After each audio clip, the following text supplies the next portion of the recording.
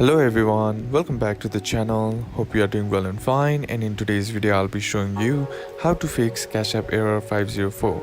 So without wasting any time, let's just jump right on the video and make sure to watch this video till the end and follow the steps as well.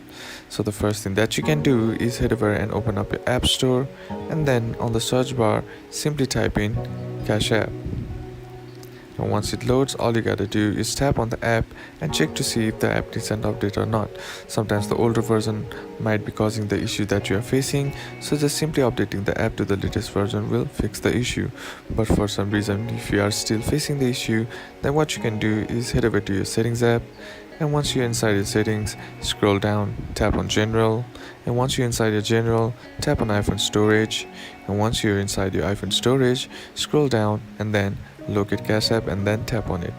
And once you tap on it, here you'll find two options. Simply tap on option that says upload app, and what this does, it replaces the app by clearing all the bugs and glitches that is present in the app which might be causing the issue that you are facing.